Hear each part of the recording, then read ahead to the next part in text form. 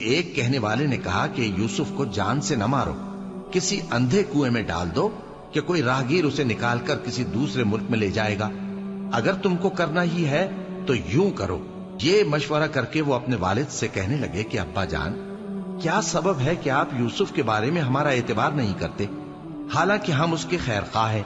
کل اسے ہمارے ساتھ بھیج دیجئے کہ خوب میوے کھائے اور کھیلے کودے، ہم اس کے نگہبان ہیں۔ انہوں نے کہا کہ یہ امر مجھے غمناک کیے دیتا ہے کہ تم اسے لے جاؤ، یعنی وہ مجھ سے جدا ہو جائے، اور مجھے یہ بھی خوف ہے کہ تم کھیل میں اس سے غافل ہو جاؤ اور اسے بھیڑیا کھا جائے۔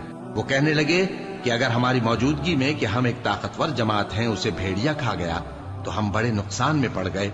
غرض جب وہ اس کو لے گئے اور اس بات پر اتفاق کر لیا کہ اس کو اندھے کنویں میں ڈال دیں، اور ہم نے یوسف کی طرف وہی بھیجی کہ ایک وقت ایسا آئے گا کہ تم انہیں ان کے اس سلوک سے آگاہ کرو گے اور ان کو